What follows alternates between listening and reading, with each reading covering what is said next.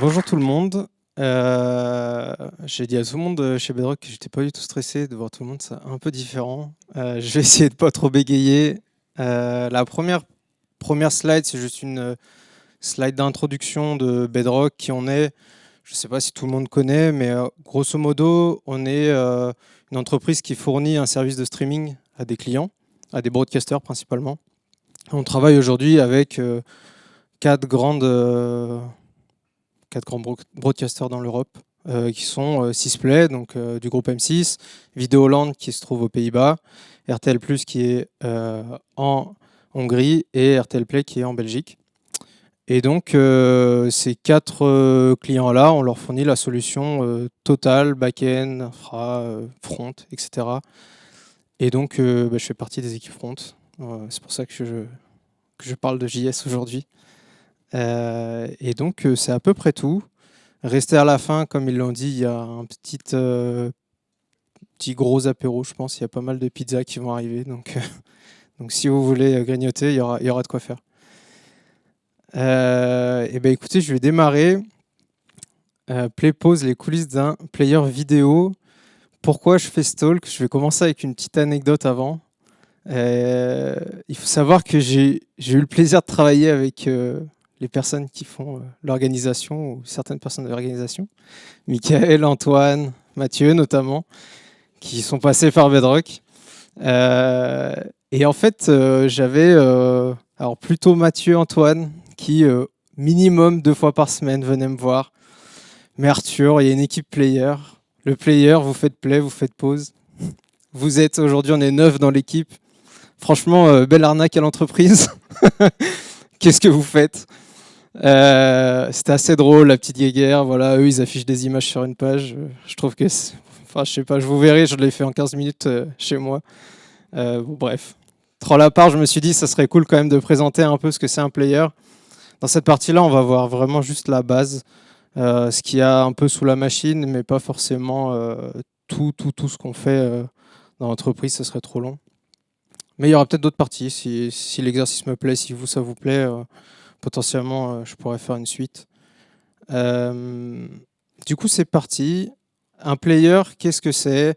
Je pense que c'était intéressant de commencer par ça. Ça explique aussi pourquoi j'avais cette question de temps en temps, parce qu'un player, finalement, qu'est-ce que c'est? Si je demande à n'importe qui de me faire lancer une vidéo sur une page, il va créer une balise HTML, mettre une source MP4, éventuellement afficher les contrôles. Waouh! Et puis voilà quoi. C'est fou Netflix, hein, franchement, on fait juste ça et ça passe quoi. Voilà. Ça c'est ce que. Merci, merci. Il y avait qu'un talk, donc bonne. Euh, Ça, c'était un peu la vanne. Je pense que c'est ce qu'on s'imagine, ou ce que s'imaginait, pardon, Antoine ou Mathieu, voilà, l'équipe player. Bon, c'est bien drôle tout ça, mais en fait, est-ce que ça suffit? Finalement, peut-être pas. On va voir plusieurs choses aujourd'hui, notamment l'API Media Source API ou Media Source Extension, MSE. On va parler un tout petit peu aussi d'ABR, Adaptive Bitrate Streaming. Et je le mentionne, mais c'est plus une ouverture si je fais une partie 2, parce que ça pourrait être une presse à part entière, où je vais parler des DRM, des Digital Right Management. Et donc ça va un peu venir faire l'introduction de pourquoi il y a autant de gens qui travaillent sur un player, que ce soit chez Bedrock, mais c'est pareil partout en fait. Dans la plupart des entreprises de streaming, il y a même des boîtes dédiées pour faire un player, quoi. What the fuck. Donc c'est parti, MSE, Media Source Extension. Qu'est-ce que c'est? Je suis allé voir quand même sur développeur Mozilla, et globalement la définition, qu'est-ce que c'est? En fait, c'est une source de données multimédia pour un objet HTML Media Element. Et cette media source, elle peut être attachée à notre media element. Qu'est-ce que ça veut dire? C'est qu'on va manipuler un objet qu'on va venir attacher à notre balise vidéo qu'on a vu tout à l'heure, et dans laquelle on va pouvoir interagir pour, disons, dynamiquement changer la source, par exemple. Et du coup, pourquoi on fait ça? Donc, dans l'exemple, encore une fois, précédent, on avait une balise vidéo et un fichier, mavideo.mp4, le truc classique. Dans le milieu du streaming, et en tout cas, je vais parler pour ce qu'on fait chez Bedrock, mais c'est assez commun. En fait, on ne va pas télécharger un fichier MP4 qu'on va lire, où il ne sera pas hébergé sur un serveur, comme ça pourrait être le cas sur un site entre guillemets non streaming classique. On va se retrouver avec un fichier, donc qui est ici représenté, qu'on va appeler un manifeste, et qui lui va nous envoyer vers des playlists de plusieurs fichiers en fait. Et ces playlists, elles sont rangées, en l'occurrence ici, par qualité. Donc on va retrouver une playlist 540, 720, 1080. Et c'est là que ça devient intéressant parce que on va pouvoir interagir avec notre objet MSE pour pouvoir proposer à notre balise le contenu le plus adapté possible. À quoi ça ressemble? Est-ce que je vais y arriver? Ouais, parfait. Alors, je vais vous présenter deux formats qu'on utilise, qui sont des formats, pareil, c'est standard. C'est pas très sexy, ça c'est sûr.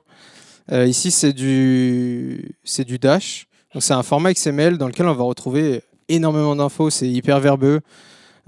Pour faire simple, pour vous y retrouver, on va avoir un adaptation set ici. Je ne sais pas si on voit bien quand je le surligne, mais si ça va, c'est pas trop mal. Adaptation set, où on va avoir content type vidéo. Donc on se doute que ce qu'il y a à l'intérieur, c'est plutôt lié à la vidéo. Ok. Et dedans, on va avoir des représentations. Et on voit que les représentations, elles ont des caractéristiques particulières, et notamment la height de la vidéo qui va correspondre à la qualité. On va retrouver différentes qualités ici. Il y en a plusieurs nœuds, notamment la 540 qui était dans mon pseudo-schéma tout à l'heure. Et ça continue, etc. Et après, l'adaptation set se termine, et là, on en a un nouveau, hop. Et là, on voit content type audio, langue, anglais. Bon, on se doute que du coup, le contenu, il est en anglais.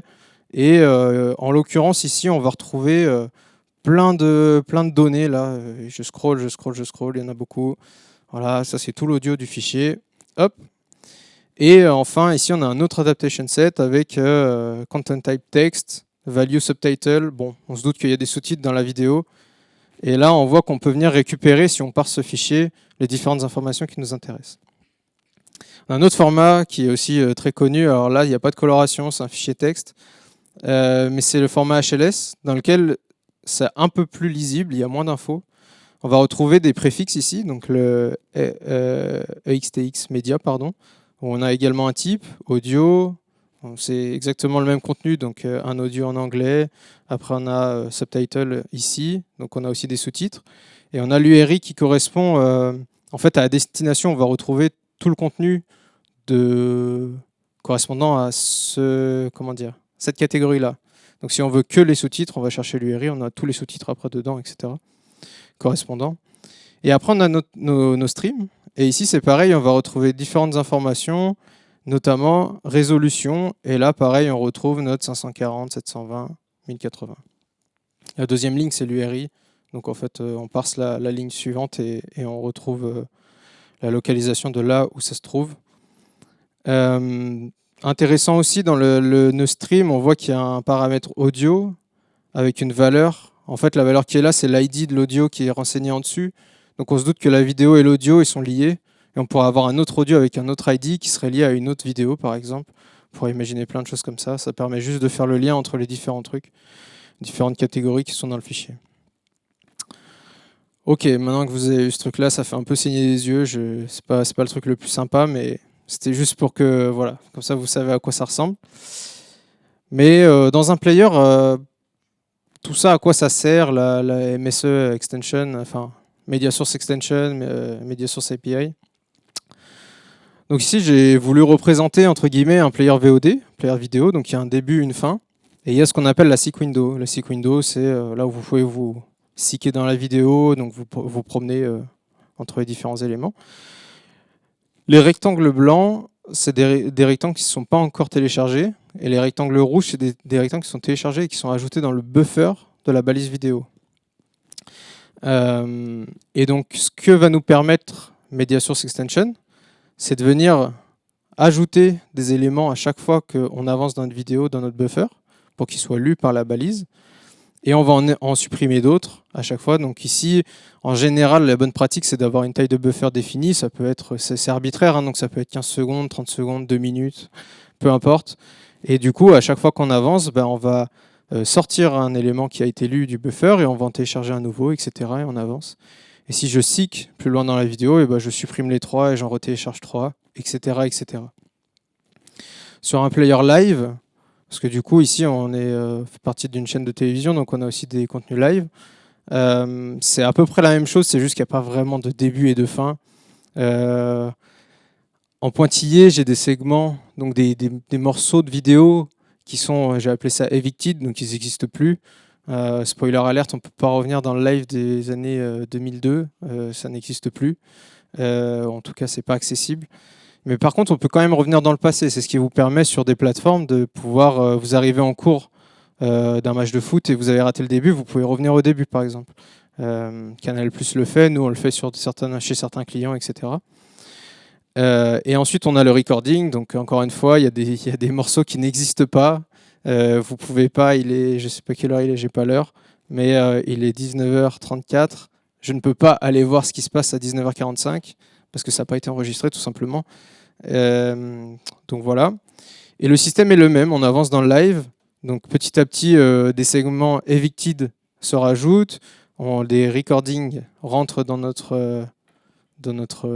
temps en cours, si ça a du sens. Et on fait le même principe. Vous pouvez rentrer, il reste quelques places dedans si vous voulez. Allez-y, hein. Pas de problème. Il reste 2 places, 4, 5, 6 places à peu près, donc n'hésitez pas. Du coup, ça c'était Media Source Extension. Grosso modo, manipuler une source, l'attacher à une balise vidéo et jouer un peu avec ça.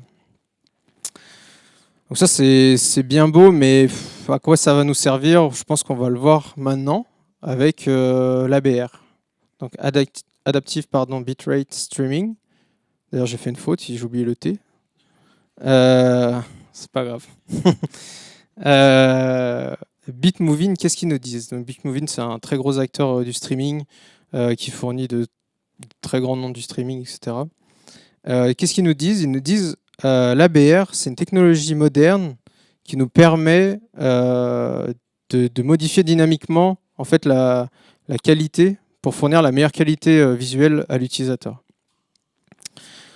C'est ma traduction à la volée. Je ne voulais pas le faire en anglais. Mais grosso modo, c'est ce que ça veut dire. Du coup, si on reprend notre schéma qu'on avait tout à l'heure, ça devient intéressant parce qu'on a une définition qui nous dit changer la qualité en temps réel pour l'utilisateur pour améliorer son expérience visuelle. Et ça tombe bien, on a un manifeste par an qui nous donne plusieurs destinations de qualité, donc on va pouvoir piocher petit à petit dedans. Dans les ABR, il y a plein d'algorithmes qui existent, il y en a, enfin plein, je suis peut-être un peu marseillais, il y a beaucoup d'algorithmes qui existent. Et je voulais vous en présenter 2 juste pour voir un petit peu ce que c'est. Le premier, c'est le throughput. C'est un algorithme assez basique, mais qui est plutôt assez efficace finalement. Il prend l'état de la connexion et en fonction, il va ajuster la qualité qu'il va délivrer, qu'il va fournir en fait à la source. Donc là, sur le schéma, il y a bitrate 1, 2 et 3. Grosso modo, on va dire que le bitrate 1, c'est le meilleur, et puis c'est dégressif. Si par exemple, je lance une vidéo, je suis chez moi, et je suis en Wi-Fi, connexion de fou, ça télécharge directement en bitrate 1, puis je sors parce que je vais faire une course. Petit à petit, ma connexion va baisser. Et donc, il va me proposer une qualité inférieure pour éviter de couper la lecture de la vidéo. Ce qu'on veut le plus souvent éviter en vidéo, c'est que la vidéo stoppe, parce qu'on n'a pas de patience. Les utilisateurs, ils n'ont pas de patience. Si ça stoppe, ils vont refresh tout de suite, ils vont aller voir ailleurs, ils vont aller sur un autre site, etc. Donc on ne veut pas ça, c'est pas bien. Donc on va télécharger une qualité moindre, qui pèse moins lourd, qui est plus facile à charger, ça va plus vite, etc. Donc plutôt cohérent finalement. Mais après, il y en a d'autres qui existent. Par exemple, on a Bola. Bola, lui, il regarde toujours la connexion. Par contre, il va regarder le buffer aussi. Donc, il va regarder ce qui a déjà été téléchargé. Et là, c'est intéressant parce que tout à l'heure, je vous disais, en fait, votre buffer, c'est une valeur arbitraire. Vous pouvez choisir 15 secondes, 30 secondes, 2 minutes, peu importe. Et admettons que je décide d'avoir un buffer de 2 minutes. Et donc, je démarre la vidéo chez moi, je suis en qualité max, et je télécharge, bam, 2 minutes d'un coup, et je sors, mais j'ai pas encore lu mes 2 minutes, et d'un coup, j'ai plus trop de réseau, pour une raison X ou Y, je suis dans l'ascenseur, il n'y a plus de réseau. Mais en fait, bon, là, il va quand même vous faire lire les segments que vous avez déjà mis dans votre buffer, plutôt que d'aller chercher d'autres segments qui sont dans une qualité inférieure et qu'il n'arrivera pas à télécharger. Ou alors, de toute façon, ça ne sert à rien de vous mettre une vidéo en 540 si on a téléchargé la 1080, parce que c'est plus sympa de regarder les 1080, tout simplement. Donc voilà, c'est des algorithmes qui vont avoir différents rôles. Il y a des situations, là je présente que ces deux-là, il y en a d'autres.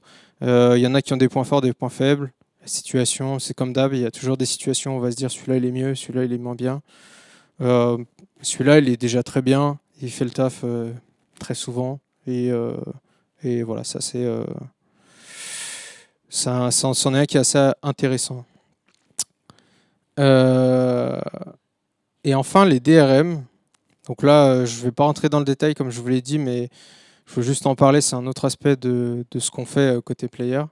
C'est Digital Right Management. Et donc encore une fois, la définition, qu'est-ce que c'est? Donc là, je vais la récupérer sur le site d'Adobe.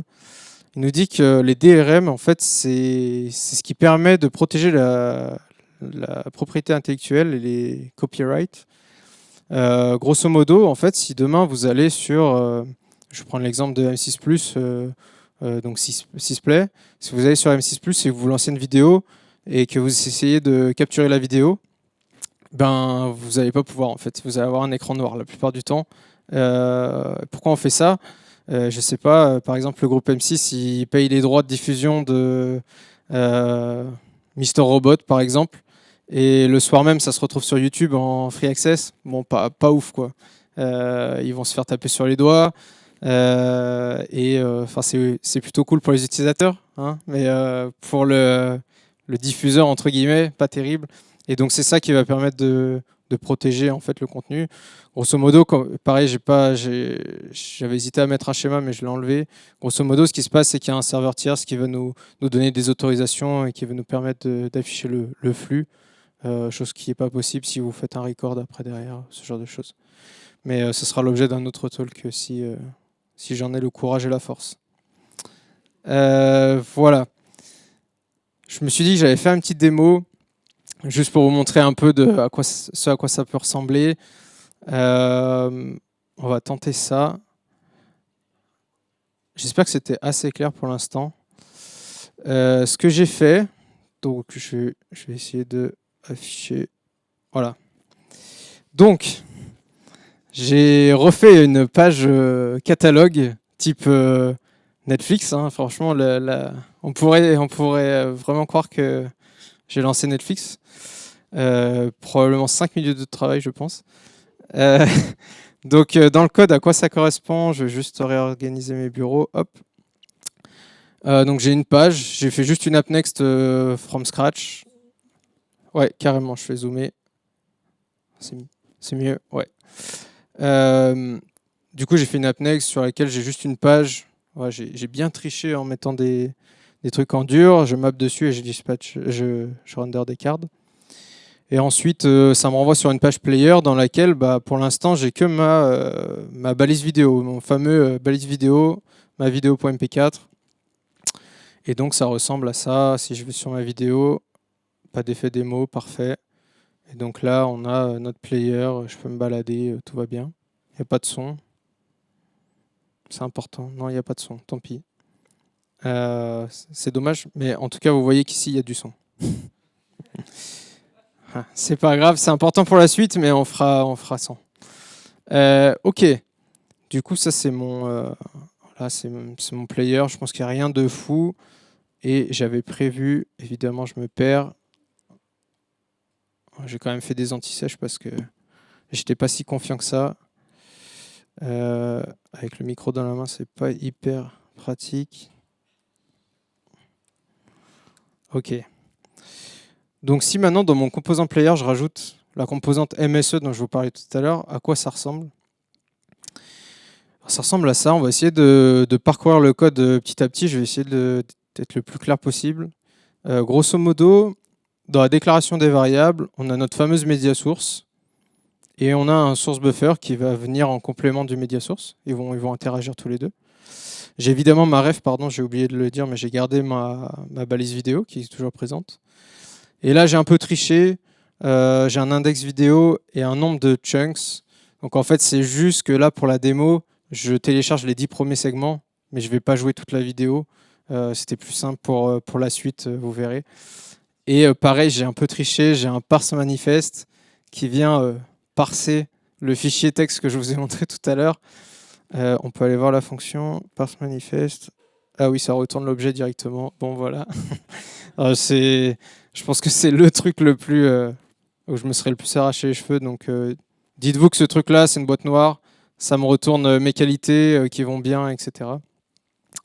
Et donc après, qu'est-ce qu'on fait? J'ai une méthode là, mais je reviendrai plus tard dessus. J'ai un useEffect dans lequel j'instancie ma média source et je viens en fait l'attacher. Vous vous rappelez, dans la définition, on disait on l'attache à un HTML media element.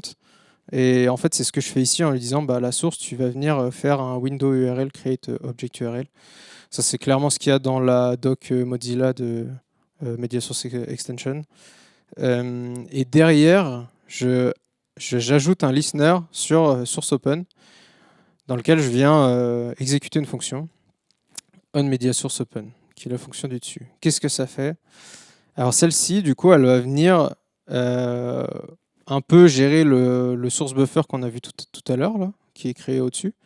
On va lui dire, ok, mon source buffer, il a telle caractéristique. Donc c'est une vidéo, c'est des vidéos, ça sera du MP4 dedans, et il a un codec donné. Je ne suis pas rentré dans le détail, mais grosso modo, dites-vous que c'est juste pour le dire.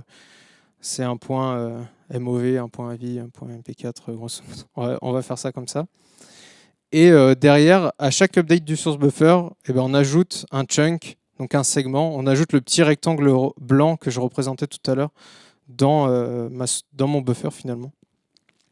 Et après, ben, on va récupérer notre segment d'initialisation. Donc là, c'est le premier segment de la playlist dont je parlais tout à l'heure.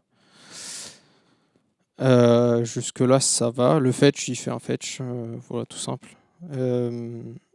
Et donc, mon append to video buffer, bah, il fait un peu ce qu'il dit dans le titre de la méthode. Il vient juste append dans le buffer la vidéo qu'on a téléchargée, le segment qu'on a téléchargé. J'ai oublié de parler de cette méthode, fetch, next video segment, qui elle vient, c'est là où j'ai triché un petit peu, récupérer des segments dans ma liste de segments avec un index. Bon, c'est le index 1 du début, parce que mes segments sont numérotés 1, 2, 3, etc. Et je le fais 10 fois pour récupérer mes 10 segments, et à chaque fois, je les append au buffer, donc je les ajoute à mon buffer vidéo. Et du coup, ici, j'ai plus de SRC quoi que ce soit. En fait, c'est tout géré par juste ça. Voilà. Ça fait beaucoup par rapport à un src mavideo.mp4. Mais on fait ça pour les utilisateurs. Tout le monde est content après de pouvoir voir en 1080p, etc. etc. Et ça, qu'est-ce que ça fait? Et ben, si je retourne sur mon arc qui est disparu, hop, et ben, ça marche. On pourrait croire que c'est la vidéo de tout à l'heure, mais c'est pas le cas pour deux raisons. Déjà, le buffer s'est arrêté parce qu'il ne télécharge que 10 segments. Donc je ne vais pas jusqu'au bout. Et je peux essayer de seeker là et ça ne marchera pas parce que bah, j'ai pas fait en sorte que ça marche. Donc c'est bien mon code vu que ça bug. Et autre point, on voit qu'ici il n'y a pas de son en fait. Alors que tout à l'heure, je vous l'ai dit, on n'entend pas, mais c'était important. L'icône du son apparaissait. Bon là, dans ce que j'ai téléchargé, je peux naviguer, donc ça marche, entre guillemets, ça marche correctement. Mais du coup, il n'y a pas de son, donc c'est un peu pénible. Ça me plaît pas, j'ai envie de regarder une vidéo avec du son. Et donc, comment j'ai appelé ma branche déjà? Comme ça. Comme ça. Et donc en fait, c'est un peu naze. On va tout copier-coller, on va faire la même chose pour le son en fait. Dans le manifeste, il y avait une playlist pour le son.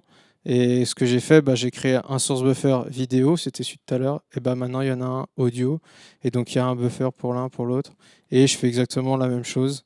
C'est triste, j'ai pas du tout factorisé, j'ai vraiment fait un copier-coller. C'était aussi là dans le cadre de la démo pour montrer qu'on fait deux fois le truc, c'est deux choses différentes, c'est deux choses dissociées. C'est aussi peut-être ce qui fait que de temps en temps, si vous lancez un site de streaming, ça peut arriver, le son il est décalé avec l'image. Bon, peut-être qu'il y a une désynchro entre les deux. Ça peut être lié à ça. Et donc maintenant, avec ce magnifique bout de code, si je reviens sur la page catalogue quand même, c'est important.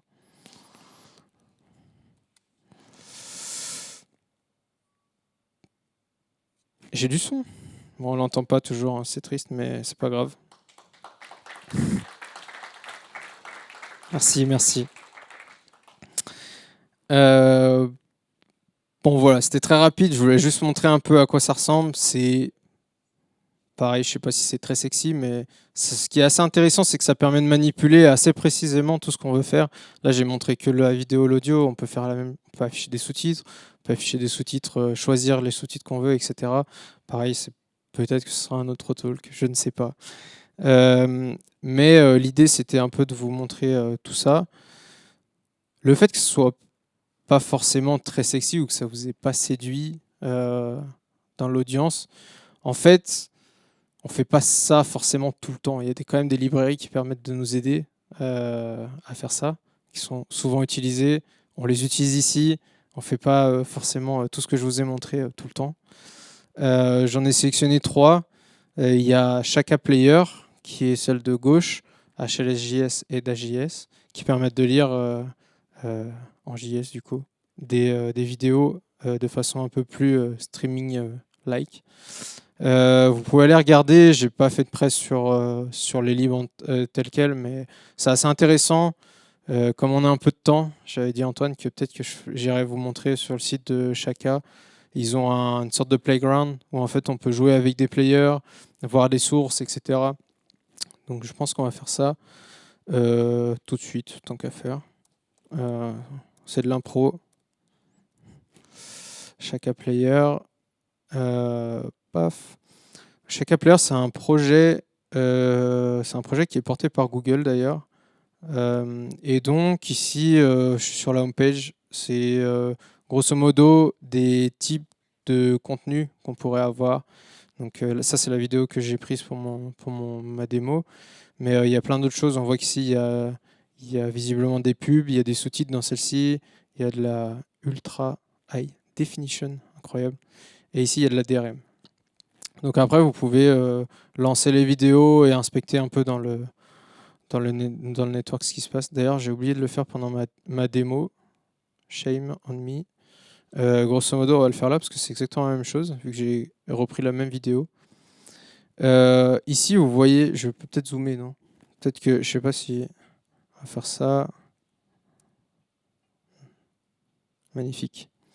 Du coup, tout à l'heure, je vous ai parlé de différents fichiers. Ici, on a une playlist qui ressemble grosso modo à ce que je vous ai montré au début.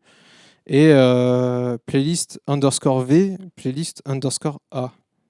Bon, j'imagine que c'est vidéo et audio du coup. Et derrière, en fait, on va venir télécharger des magnifiques segments, un audio, un vidéo, un audio, un vidéo, etc. Jusqu'à remplir le buffer qu'ils ont décidé de configurer de leur côté. Et voilà. Là où en fait, sur notre mavideo.mp4 qu'on a au tout début, en fait, vous allez avoir une seule requête réseau mavideo.mp4 et on aura tout téléchargé d'un coup. Il n'y a pas de gestion de qualité, il n'y a pas tout ça. Et on ne peut pas ajuster en fait à la volée en fonction du contexte. Là où ici, c'est le cas. Et c'est ça la force en fait de ces outils-là. Voilà, c'était Chaka. Je vais arrêter de broder parce que c'est tout pour moi ce soir. Merci à tous pour votre écoute. J'espère que ça vous a plu. Moi, je m'appelle Arthur et je suis team lead chez Bedrock depuis un petit moment. Voilà, merci.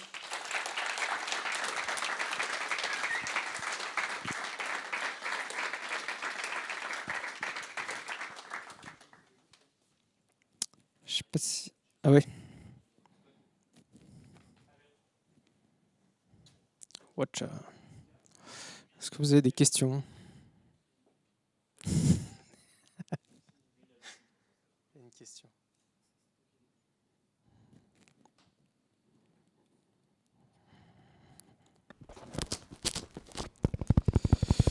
Ouais, ça marche. Est-ce qu'il y a des questions pour Arthur sur un player vidéo?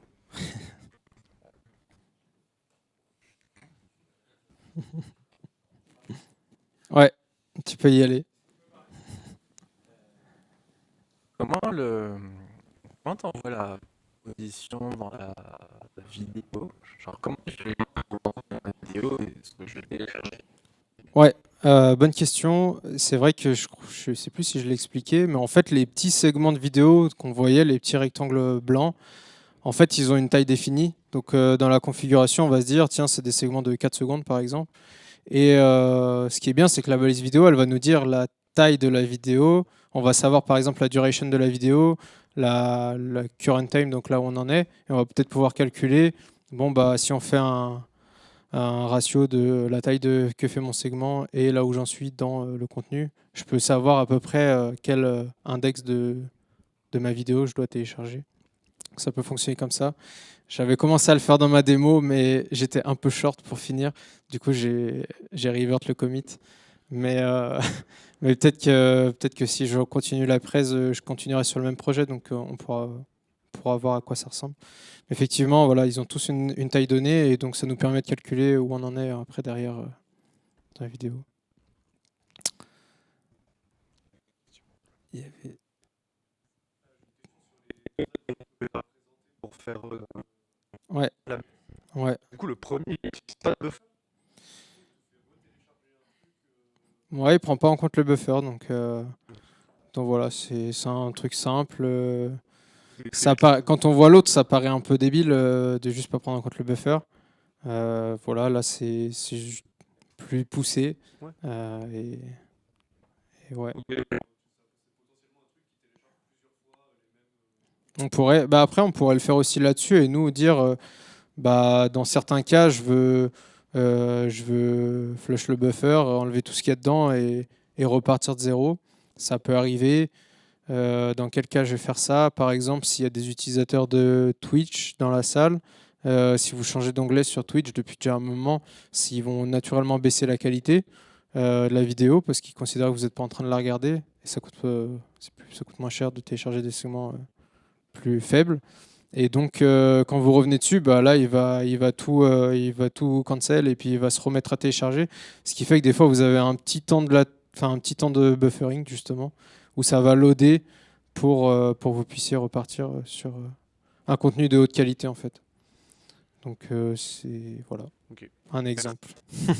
De rien. Ah, il y a une question aussi. Ouais. Ah, vas-y. Vidéo, pour tous les Bonne question. Du coup, je vous ai montré deux formats. En fait, les deux formats, en fait, ils existent aussi parce qu'il y a des supports différents. Le format texte, notamment, c'est le format HLS. En tout cas, aujourd'hui, on l'utilise principalement sur nos écosystèmes, sur les écosystèmes Apple. Et donc, nos équipes iOS qui font des apps natives utilisent le même type de fichier. Par contre, c'est pas livré, on va pas lire toujours exactement le même manifeste, mais par contre, c'est le même format. Et l'autre, le format XML, c'est un format qui est utilisé pour tout le reste, grosso modo. Apple fait du Apple et fait du spécifique, quoi. Voilà. Vas-y, je t'en prie.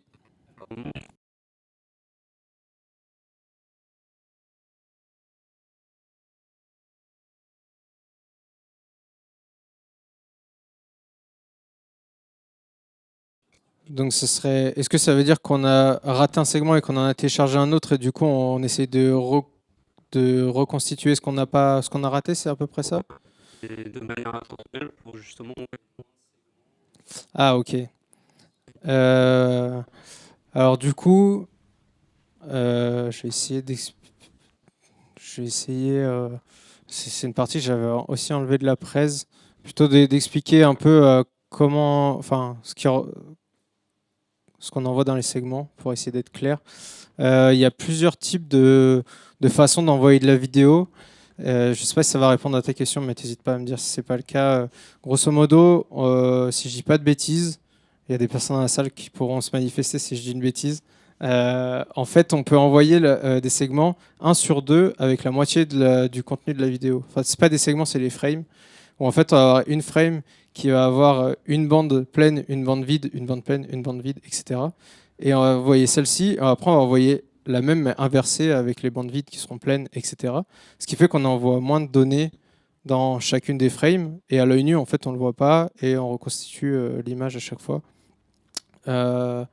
Donc ça serait une façon de faire en sorte qu'on ait moins d'infos. Après, on a aussi, et ça c'est pareil, je n'ai pas envie de dire de bêtises, mais dans ce qu'on envoie, on a une image qui est pleine. Admettons que tu regardes une scène de film, tu as un plan qui est celui-ci, et en fait, il n'y a que les slides qui changent. En fait, on ne renvoie pas toute l'image, mais on renvoie que des certains morceaux de l'image pour ensuite la reconstituer derrière. Je crois que ça s'appelle des vectors. Je n'ai pas envie de dire de bêtises. Ça s'appelle des vectors? Non. Mytho. Je crois que c'est des vecteurs, mais grosso modo, c'est ça. Et l'idée, c'est la même chose, c'est ce que tu disais, c'est d'envoyer moins de données et on reconstitue l'image du coup derrière. Parce qu'on sait que la majorité de l'image est la même. Et du coup, on va retélécharger toute la frame uniquement quand on va changer de plan dans un film ou dans une série. Voilà. Ouais, il y a d'autres questions. Moi, j'en avais une aussi. Donne-lui pas le micro, allez.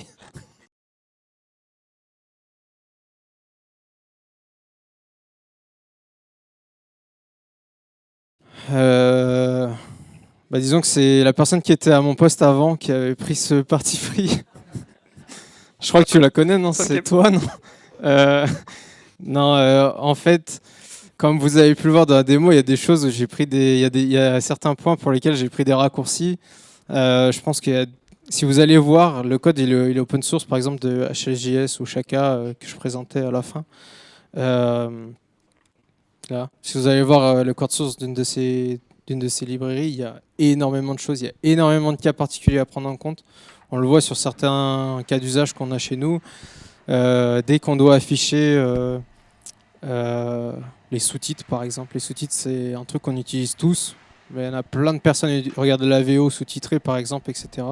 C'est un calvaire à faire, honnêtement. C'est terrible. Il faut, en fonction du format, etc. Il y a plein de formats différents. À chaque fois qu'on va parser un fichier, faire du parsing, il y a une personne dans cette salle qui s'est tentée à faire un parseur en Rust. Je ne sais pas comment il a encore autant de cheveux. Il y a énormément de fonctionnels à faire et c'est pas la peine de se prendre la tête avec ça en fait. Il y a d'autres boîtes qui le font très bien. Donc voilà. Ça permet de se concentrer sur d'autres choses. Et ça, comme c'est open source, ça n'empêche pas de contribuer et de rajouter sa pierre à l'édifice. On l'a eu fait quelques fois, sur les sous-titres notamment. Vincent avait fait une PR pour la coloration des sous-titres, dans un format donné, pour les sous-titres souris malentendants. Donc voilà. J'espère que ça répond à ta question. Yes. Merci Vincent d'avoir désactivé le mode bunker.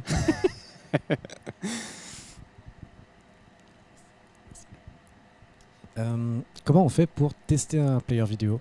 Genre test unitaire, test end-to-end, je sais pas. Question qui fâche? Désolé. Ça a l'air super chiant du coup. Ça aurait pu être une autre anecdote. La deuxième chose que me disaient Antoine et Mathieu tous les jours. Ouais, les test players ils cassent. Alors déjà ils cassent parce qu'on fait des tests, hein, déjà. Mais effectivement c'est assez pénible. Il y a pas mal de... Alors, par exemple, pour les tests end-to-end, on a une stack de tests end-to-end chez Bedrock qui est du Cucumber avec du WebDriver IO. Où en fait, on lance une vidéo qui va être une vidéo moquée qu'on a sur un serveur et on va vérifier certaines étapes de la vidéo. Ce qui est un peu pénible, c'est que dès que le WebDriver IO va prendre du retard ou que Chromium va prendre du retard, ça va décaler la séquence de test. Et du coup, on va lui dire à X secondes, tu es censé voir tel truc. Puis lui, il est dans les choux, il est déjà parti. Il est en train de bufferiser ou je sais pas quoi. Et en fait, ça casse les tests. Donc ça, c'est un peu le challenge côté end-to-end, mais par contre, on arrive quand même à bien tester. Honnêtement, on a une couverture de test qui est assez importante sur le player. On va tester la vidéo classique, on va tester la publicité, on va tester les transitions de l'un à l'autre, du live, etc. Donc globalement, on teste quasiment tout. La seule chose qu'on teste pas aujourd'hui, c'est les sortes parties, c'est un peu compliqué, mais ça va. Et après, sur du test unitaire ou test d'intégration, je sais pas, on va plutôt être sur entre tester l'interface dans un contexte donné. Le player, si vous allez sur M6 Plus demain, ce soir pour tester, vous verrez que le player live et le player VOD, il n'a pas la même tête. Bon, on va tester ça classique, quoi, c'est pas un truc de fou. Mais on va vérifier ça, puis après on a plein de règles métiers qu'on va vérifier. Est-ce que j'ai le droit de seeker dans tel de seeker donc dans ma vidéo dans tel cas? Est-ce que là je suis censé avoir de la pub ou pas? C'est du test unitaire après assez basique. Voilà. Là, le challenge est plus sur les tests end-to-end où la stabilité elle est assez difficile à maintenir. Et oui, la petite anecdote en est témoin. Ça fait longtemps que c'est pas arrivé pour ma défense, mais ça arrive malheureusement. Et en vrai, l'écosystème de testing player vidéo, il n'existe pas, quoi. Il n'y a pas de librairie toute faite pour tester des players. Pas vraiment. Après, côté TVJS, maintenant pour nos applis téléconnectées type Samsung, etc., LG, on a une solution qui s'appelle Suite Test qui permet de faciliter les tests sur des devices réels, un peu à la Browser Stack par exemple, ou ce genre de choses. Donc ça aide quand même, mais c'est pas magique non plus, quoi. Voilà. Merci beaucoup pour la présentation. J'avais une petite question sur les players streaming justement. Ouais. Pour éviter le fait vu qu'on reçoit un flux vidéo en temps réel, est-ce qu'il y a une méthode qui est mise en place, comme par exemple essayer de recevoir plus de buffers que ce qu'on affiche, enfin, avoir une sorte de décalage entre le dernier buffer qu'on a reçu et celui qu'on affiche. Comme ça, si on a une coupure d'internet ou qu'on ne reçoit pas tout le flux, bah, ça nous évite d'avoir une coupure vraiment sur le player. Et on peut avoir du segment en plus, quoi. Du coup, ça serait garder du buffer et pas couper dès qu'on a perdu Internet, c'est ça? C'est un peu, en gros, l'idée, c'est d'avoir, si on reçoit 3 buffers, donc les 3 derniers buffers, Ok. on affiche uniquement le premier, enfin, on affiche le deuxième, une sorte de différence de un segment en quelque sorte. Je sais pas si je suis clair dans la question. Du coup, visuellement, tu voudrais que on en télécharge 3 et qu'on affiche la petite barre blanche de buffer, elle soit plus petite que... C'est ça, exactement. C'est qu'en fait, on a un segment en plus, mais ce segment-là, nous, on le garde en cache, comme ça. Lorsqu'on va le lire, on va recevoir le segment d'après. En fait, on n'est pas vraiment en live, c'est-à-dire qu'on a une sorte de petit délai entre ce qu'on voit et ce qu'on a reçu en quelque sorte. Ok. Donc là, en fait, c'est déjà un peu ce qu'on fait. Quand on dit qu'on télécharge un buffer, c'est des segments en avance. C'est vrai que je ne l'ai pas trop expliqué, mais dans le schéma qui était... je vais prendre l'autre, celui-là. En fait, ici, dites-vous que ce que vous êtes en train de lire, c'est ça. Et ça, c'est sauvegardé pour plus tard. Et justement, si ma connexion, elle coupe, je suis en capacité de lire celui-ci, et potentiellement ma connexion elle est revenue, on ne sait pas. Et donc, je rattaque. Mais on n'est pas... ce que je n'ai pas dit, c'est qu'on n'est pas ici et on garde en arrière quelque chose. C'était pas vraiment ça. Et dites-vous que c'est plutôt dans ce sens-là. Et c'est ce qui va permettre, dans l'exemple Bola, notamment, de se dire bah, j'attends que mon buffer, justement, je perds ma connexion à ce moment-là, mais en fait j'ai déjà téléchargé tout ça, donc mon buffer il va continuer, et puis bon, ma courbe elle était pas ouf en vrai, j'avoue, mais ici elle aurait dû chuter aussi petit à petit, et avoir en fait elle aurait dû avoir des ordonnées différentes, et quand ici elle arrive à 0, bah en fait on retélécharge du buffer, grosso modo on commence à s'inquiéter un peu avant 0 de préférence, mais du coup c'est un peu ça ce qui se passe. Si ça répond à ta question, c'est si je perds de la connexion, je continue de lire ce que j'avais en cache entre guillemets dans mon buffer.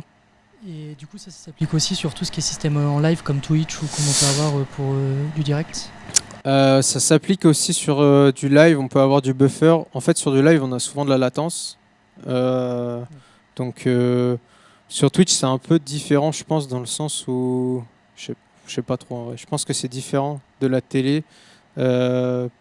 Souvent les créateurs ils mettent eux un délai parce qu'ils veulent pas se faire streamac ou parce que pour différentes raisons. Sur la télé, en tout cas, nous, on a de la latence entre le temps où c'est filmé et le temps où tout le flux il est processé, etc. Il arrive jusqu'à nous, jusqu'au player. Et c'est ce qui fait aujourd'hui qu'il y a beaucoup de structures qui essayent de faire ce qu'on appelle de la low latency ou de l'ultra low latency. Parce que si demain vous regardez un match de foot, un match de sport, peu importe, et que votre voisin il est sur la TNT et que vous êtes sur votre téléphone, bah, il va crier au but avant vous en fait. Il va vous spoiler le match parce qu'il a moins de latence sur sa TNT que sur une plateforme OTT entre guillemets. Et ça en fait aujourd'hui il y a des choses qui sortent pour améliorer tout ça. Mais c'est pas vraiment un buffer, c'est plus une latence sur ce qui est en train d'être recordé après. Après, on peut se dire, j'augmente cette latence en mettant un peu de buffer et je me sécurise quelques segments de plus. Je vois pas pourquoi on pourrait pas le faire. Si c'est pas, tant qu'on n'est pas sur de l'événementiel, en général, on n'est pas obligé d'être à la seconde près. Je sais pas si quelqu'un regarde Koh-Lanta et il est et il voit pas le vote pile à la seconde près. Les gens crient pas non plus chez eux. Je sais pas, ça peut arriver peut-être, mais bref. Donc ça pourrait être une stratégie en vrai, pourquoi pas. À savoir qu'en général le live aussi, c'est pas tout à fait vrai, mais on va dire qu'en prime time, par exemple à 21h, parce qu'ici on fait beaucoup sur la télévision, mais les gens vont plutôt regarder chez eux, sur une télé, sur une box. Après ça peut arriver, hein, on est dans le métro, en voiture, on regarde sur notre téléphone, ça arrive, hein, je dis pas le contraire, mais on peut se dire que la connexion est censée être un peu plus stable. Voilà. Déjà, merci.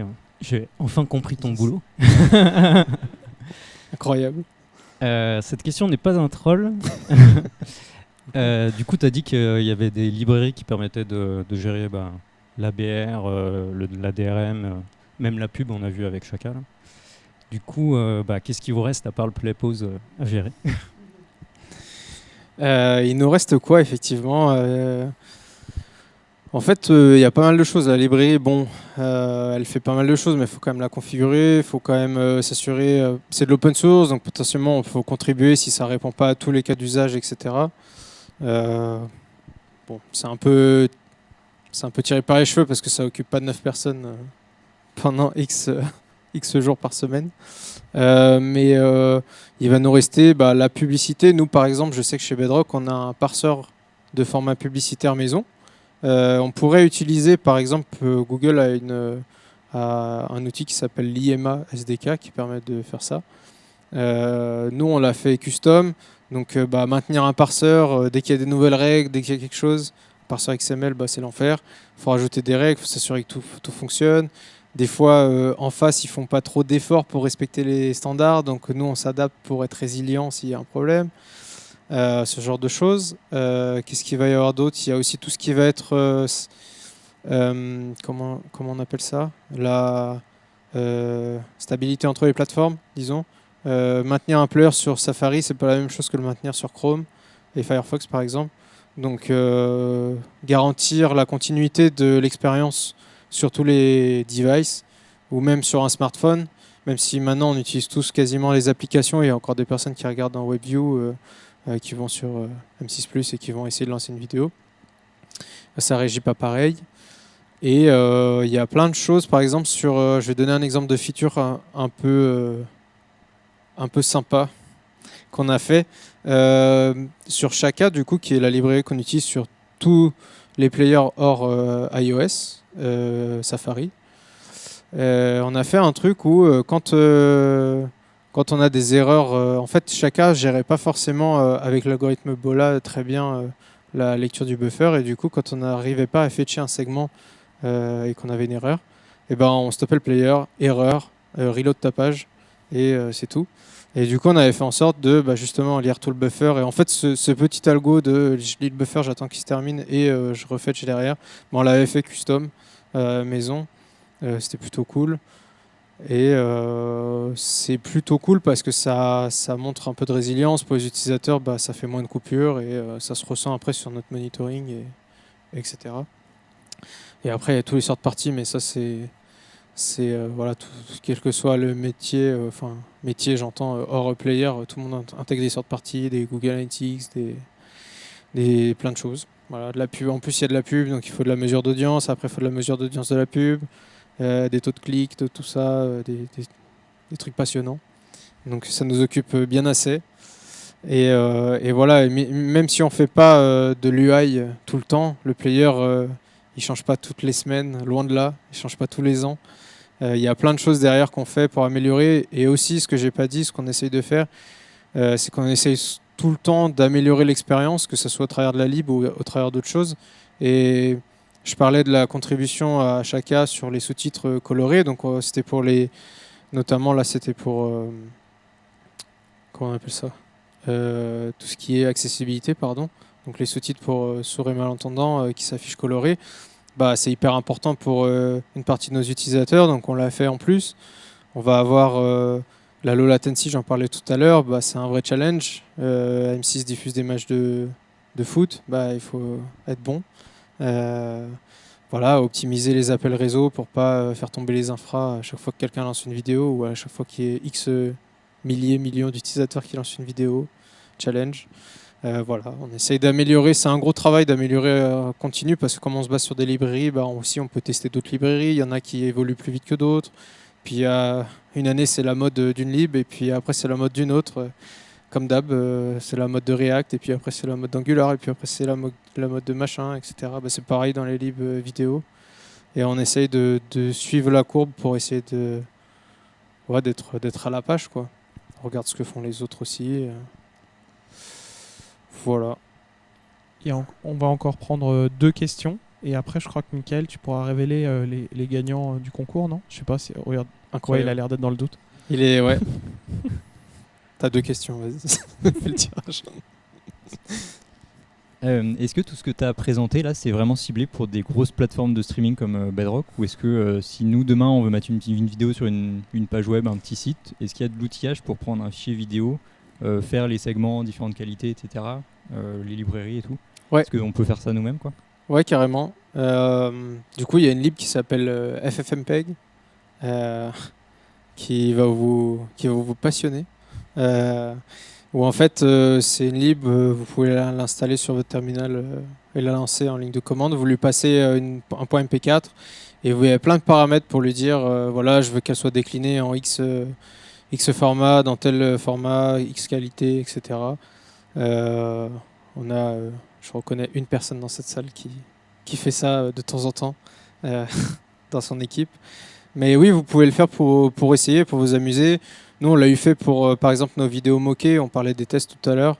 On avait pris une vidéo, on a généré le format MPD ou M3.8 que je vous ai montré. Et on l'a mis sur un serveur et puis on appelle, c'est pareil. Donc c'est tout à fait faisable. Voilà. Est-ce que c'est overkill? Oui. Après, est-ce que tu veux le faire pour t'entraîner? En vrai, pourquoi pas, c'est une bonne idée. Ça dépend de la longueur peut-être de la vidéo. Si tu mets une vidéo d'1h30, tu vas pas mettre un MP4 d'1 giga 5, non? Ouais, peut-être que c'est pas ouf, ouais. Ouais, en vrai, oui, ça peut clairement être le cas. Ça peut améliorer, par exemple, si la vidéo elle est super longue et que vous savez, même si vous voulez pas le savoir, que les gens vont pas aller regarder jusqu'au bout, parce que c'est une vidéo qui tourne en boucle sur votre homepage de votre site perso, etc. Bah, peut-être que ça peut valoir le coup d'en faire un petit fichier fragmenté et de le lire partiellement. Vous ne téléchargerez que les X premières minutes ou secondes à chaque fois, et ça sera très bien comme ça. Et la dernière question. Petite question concernant l'accessibilité. Ouais. En fait, du player. Est-ce que c'est quelque chose? Est-ce que c'est un focus? Est-ce que c'est une préoccupation? Et si oui, à quel niveau, que ce soit purement HTML ou même des trucs plus riches? Ouais, carrément. Voilà. Très bonne question. Du coup, l'accessibilité, ça a été un gros axe dans notre équipe il y a quelques années. On avait fait une grosse passe qui était axée sur alors les trucs vraiment basiques, type tooltip, type focus visible, navigation à tab aussi, avec une navigation assez cohérente. Donc là, on avait refait un peu l'architecture HTML pour que ça soit relativement natif et qu'on n'ait pas à jouer avec des tab index ou des trucs un peu dark magic, on va dire, quoi, qu'on n'a pas trop envie de faire. C'était plutôt cool. On avait aussi fait une passe pour faire de comment on appelle ça, l'audio on over, quoi. Et du coup, quand on navigue, en fait, ça va dire avant qu'on fasse cette passe, on naviguait sur le player, ça faisait bouton, bouton, bouton, bouton, bouton. Donc c'est cool, la personne elle sait vachement ce qu'elle va faire. Donc là, ça a dit, par exemple, bouton play, bouton plus 15 secondes, bouton moins 15 secondes, etc., etc. Donc on en était là. Après, il y a des choses qu'on peut... à notre échelle, on ne peut pas faire, c'est de la contribution du client du type est-ce que toutes les vidéos ont de l'audio-description? Est-ce que toutes les vidéos ont des sous-titres sur le malentendant? Ça, c'est le client qui achète les droits de diffusion de ce contenu-là. Donc voilà. Et après, c'est à peu près tout ce qu'on a aujourd'hui. Il y a des choses qui ne sont pas ouf. Voilà. Il y a des choix, on va dire, de branding de nos clients aussi. Par exemple, le focus. La visibilité du focus sur les boutons, je vous cache pas qu'elle est pas terrible sur notre player. On avait poussé pour un truc un peu plus visible, mais malheureusement le client il est pas très fan. Donc ça a pas abouti, mais il y a quand même quelque chose. C'est léger, mais il y a quelque chose. Voilà, c'est à peu près tout. Et c'est un nouvel axe important en plus cette année, l'accessibilité. Donc on remet un coup de collier sur ça. Pour refaire un petit audit, voir si avec le temps, il n'y a pas des choses qu'on a enlevées sans faire exprès, qu'on a rajoutées, qu'on a oublié de mettre, etc. Donc voilà. Je crois que c'était la dernière question. Ouais. Merci beaucoup Arthur, encore bravo. Merci à tous.